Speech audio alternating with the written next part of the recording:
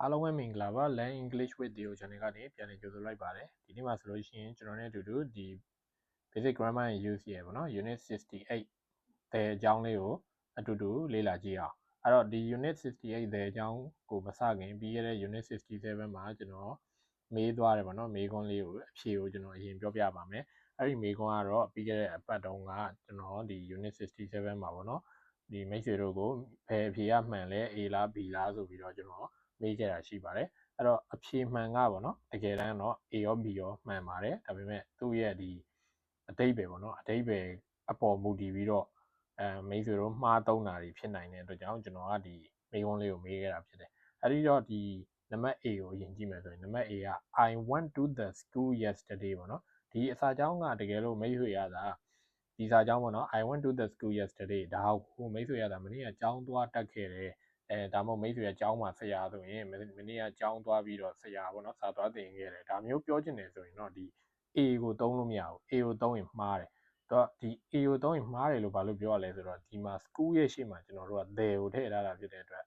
school ရဲ့ရှေ့မှာ there ပါနေလို့ရှိရင်ဒါကကျွန်တော်တို့ကဒီကျောင်းအဆောက်အဦးစီကိုသွားတယ်ဆိုတဲ့အဓိပ္ပာယ်တက်ရောက်တယ်အဲ့ဒီအတွက်ကြောင့်ကျွန်တော်တို့ကစာသွားသင်တယ်လို့ပြောတာမဟုတ်ဘူးပြီးတော့အဲ့ဒီကျောင်းမှာပေါ့နော်ကျောင်းသားဖြစ်နေသွားတာမဟုတ်ဘူးဆရာတယောက်ဖြစ်နေသွားတာမဟုတ်ဘူးတို့ပေမဲ့အကယ်၍အဲ့ကျောင်းကစောက်လုပ်နေသေးပေါ့ဗျာအဲ့လိုမျိုးကို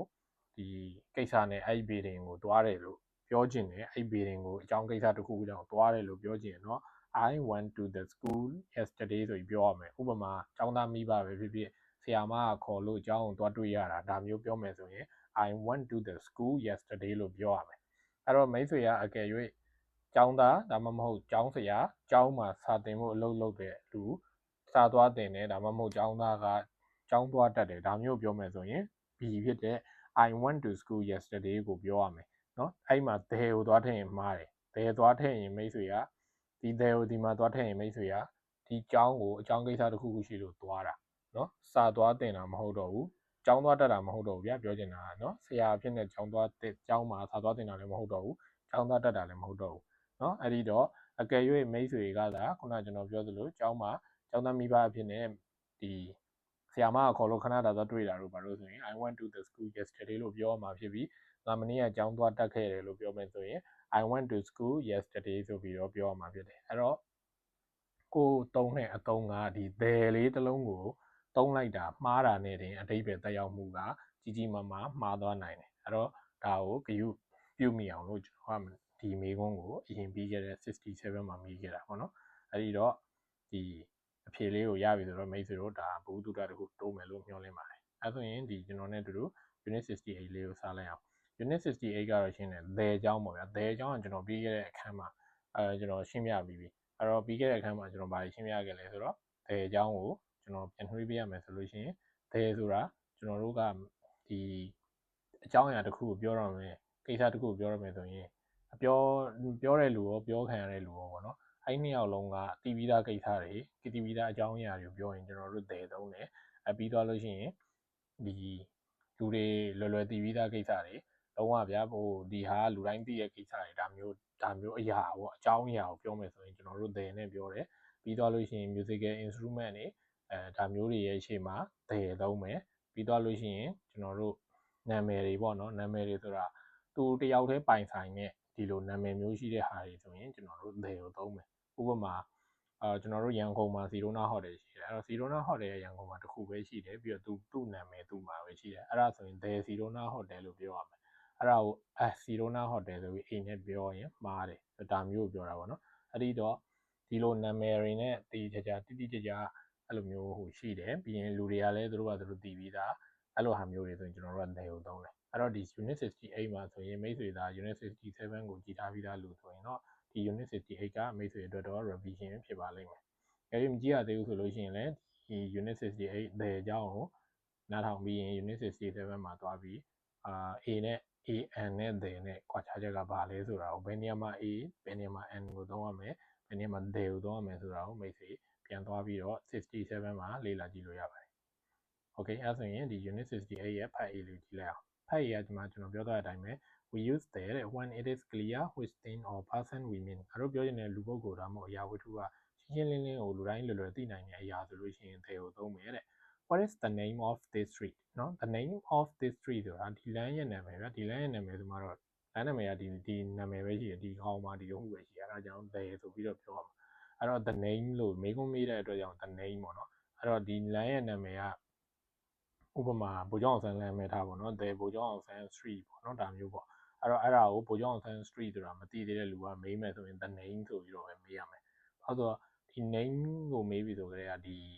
တစ်မျိုးပဲရှိတယ်ဆိုတော့သိပြီးသားမို့လို့ okay နောက်တစ်ခုက who is the best player on your team เนาะမင်းရဲ့အသင်းမှာပေါ့နော်ဘယ်သူကအကောင်းဆုံး player လဲအဲ့တော့အကောင်းဆုံး player တွေ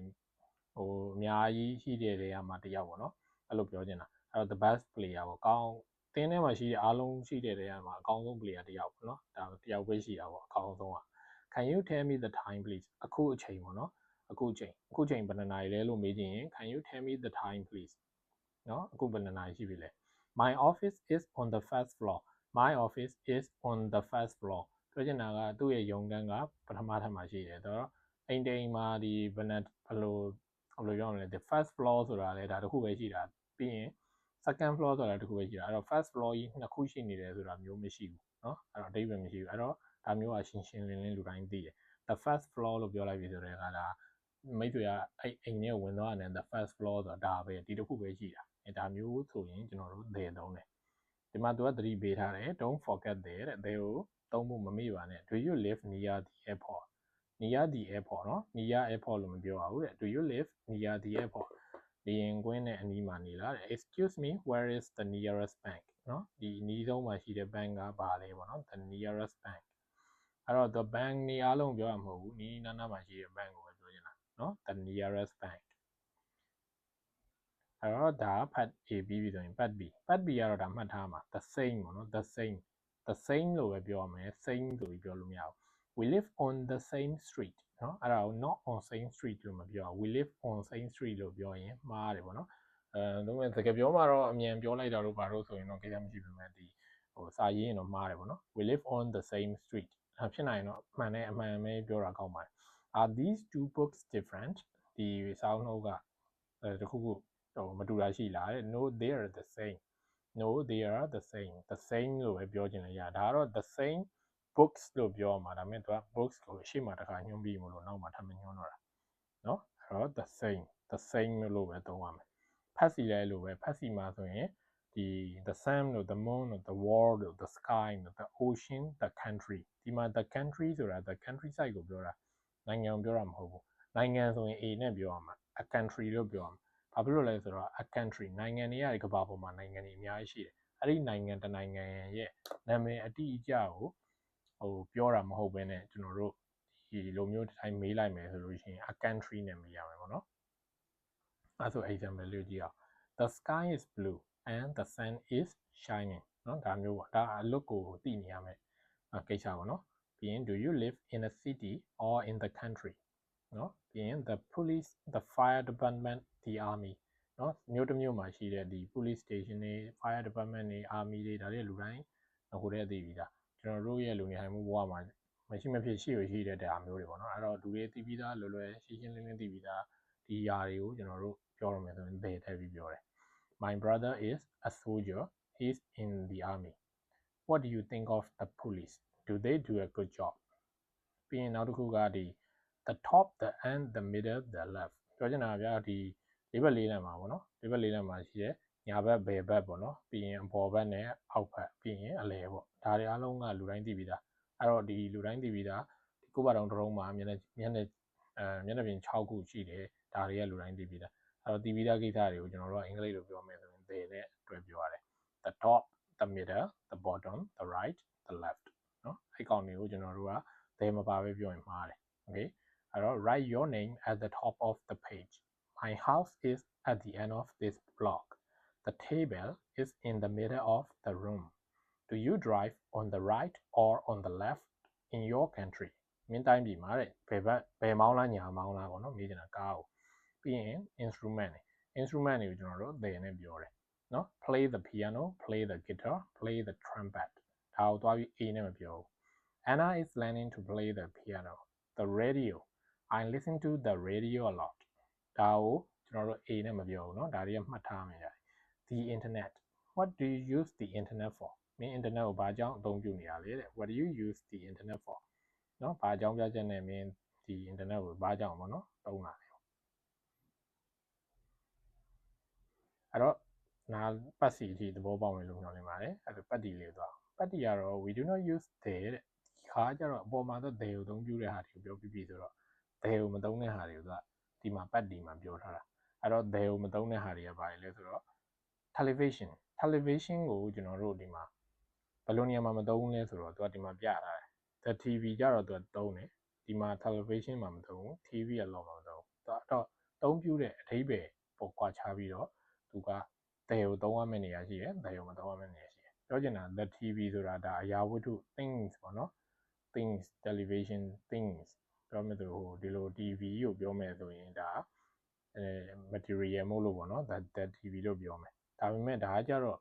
TV အရန်ကြည့်တယ်လို့ပါလို့ဆိုတာပြောချင်တာ TV အစီအစဉ်တွေကိုငါအရန်ကြည့်တယ်လို့ပြောချင်တာเนาะပြီးရင်ဒီမှာ what's on television tonight ဆိုတာလေဒီ TV အစီအစဉ်ဒီညဘာလာမှာလဲလို့ပြောတာဆိုတော့ဒီလိုဟာမျိုးပြောမယ်ဆိုလို့ရှိရင်ဒီ TV ပေါ့နော်အရာဝတ္ထုပစ္စည်း TV ကိုညွှန်းတာမဟုတ်ဘဲနဲ့ဒီ TV ပေါ်မှာလာတဲ့ဟာတို့ဒီ TV ဒီပေါ်ဆို TV ကိုကြည့်တဲ့အရာမျိုးပေါ့ TV ထဲမှာလာတဲ့ entertainment တွေကိုကြည့်တဲ့ဟာမျိုးပြောရမယ်ဆိုရင်ကျွန်တော်တို့ကသေကိုထည့်ပြီးပြောစရာမလိုဘူး I watch TV a lot what's on television tonight can you turn off the TV ဒီမှာဆိုရင် TV ပိတ်လိုက်ပါလား can you turn off the TV เนาะဒါမျိုးပြောရင်เนาะ TV set တဲ့နောက်မှသူပြောပြထားတယ် TV ကိုပြောရင်เนาะဒါမျိုး TV အစီအစဉ်တွေကိုပြောရင်เนาะသေပါပါဘူးပြီးရင် breakfast lunch dinner ဒါတွေမှာဆိုရင်လည်းသေမထည့်ရဘူး the breakfast ဆိုတာမရှိဘူး the lunch ဆိုတာမရှိဘူး the dinner ဆိုတာမရှိဘူးဒီကောင်းနေရှိမှသေမလိုက်ရဘူးWhat did you have for breakfast ဒါရဲ့ twin ချက်တွေဒါမိတ်ဆွေတို့ကြက်မှတ်ထားမယ်ဟိုမှားမသုံးမိအောင်လဲကြည့်ပြုတ်ပြီးတော့ဗောနော်ထပ်တလဲလဲ use to ဖြစ်နေအောင်လို့လေ့ကျင့်ရမယ် Dinner is ready ပြီးနောက်တစ်ခုကnext last ပြီးရင်အနောက်မှာသူ့အနောက်မှာတော့ week day month day year တွေ summer တွေ Monday တွေเนาะဒါမျိုးတွေနဲ့ပြောမယ်ဆိုလို့ရှိရင်ကျွန်တော်တို့there ကိုမသုံးအဲ့တော့ပြောချင်တာဥပမာ the next Monday လို့ပြောတယ်မလို့ next Monday လို့ပဲပြောမှာ next Tuesday next Wednesday next Thursday next Friday next Saturday next Sunday ပြီးရင် next summer next winter ပြီးလို့ရှိရင်ပြီးရင်ဒီမှာဆိုရင် next year next month next week เนาะဒါမျိုးတွေရဲ့အရှိမ next last เนาะဒါမျိုးတွေပါလို့ရှိရင်ကျွန်တော်တို့ဘယ်သုံးကြမလို့အဲ့တော့မှတ်ထားအမှာကဒီ weekday တွေပေါ့နော် weekday တွေ Monday Tuesday Wednesday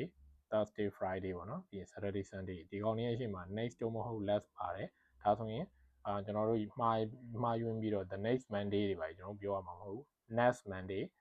เนาะဒါမျိုးပဲပြောရမှာပြီးရင် next week next month next year next summer next winter ဒါမျိုးပေါ့နော်အဲ့တော့ I'm not working next week နောက်တစ်ပတ်တည်းကြာရင်လုံးမလုပ်ဘူးပေါ့နော်ခွင့်ယူထားတယ် Did you take a vacation last summer Did you take a vacation last summer ပြီးခဲ့တဲ့လူရသည်တုန်းကတဲ့ I mean vacation ယူခဲ့သေးလားသွားခဲ့သေးလားပေါ့နော် Okay အဲ့ဒါဆိုလို့ရှိရင်ဒီ unit ကလေးကိုဒါ there အသုံးပေါ့နော် there အသုံးကလွယ်ပါတယ် there အသုံးကိုသဘောပေါက်လောက်မယ်လို့ထင်ပါတယ်သူကအများကြီးမမှတ်ရဘူးကြားရတာတည်းများတာပေါ့နော်ဘယ်ဟာဆိုရင် there လိုက်မယ်ဘယ်ဟာဆို there မလိုက်ဘူးပေါ့ Okay အဲ့ဆိုရင် exercise လေးတွေဖြည့်ကြည့်ကြပါ pause လုပ်မယ် video လေးကိုဒီညမှာ pause လုပ်မယ်ဖြည့်ကြည့်ကြပါဘာလို့ exercise ဖြည့်ခိုင်းလဲဆိုတော့ exercise ဖြည့်မှာမိတ်ဆွေတို့ကဒီဟာကိုဒီ unit ကိုဘယ်လောက်သဘောပေါက်ရတယ်ဘယ်လောက်သဘောမပေါက်ဘူးဆိုတာကိုပြန်ပြီးတော့ review လုပ်လို့ရမှာမို့လို့ပါ Okay အဲ့ဒါဆိုလို့ရှိရင်နောက်တစ်ပတ်ဒီ unit 69နဲ့တူတူပြန်လာခဲ့ပါမယ်ကျွန်တော်အခုလို knowledge sharing လုပ်ပေးနေတာလေးတွေကိုမိတ်ဆွေတို့အတွက်အကျိုးရှိရလို့ခံစားရတယ်ဆိုရင်ကျွန်တော် video လေးတွေကို like လေးတွေ share လေးတွေနဲ့ကူညီပေးကြပါအောင်ဒါမှမိတ်ဆွေတို့လိုမျိုးတကယ်လေ့လာဖို့လိုနေတဲ့မိတ်ဆွေတွေစီကိုပေါ့နော်ဒီ basic grammar use ကိုရှာနေတဲ့လူတွေစီကိုဒီ YouTube ကနေပြီးတော့မြန်လေးပြပေးမှာပေါ့များလေးပြပေးမှာမို့လို့ကျွန်တော်ကို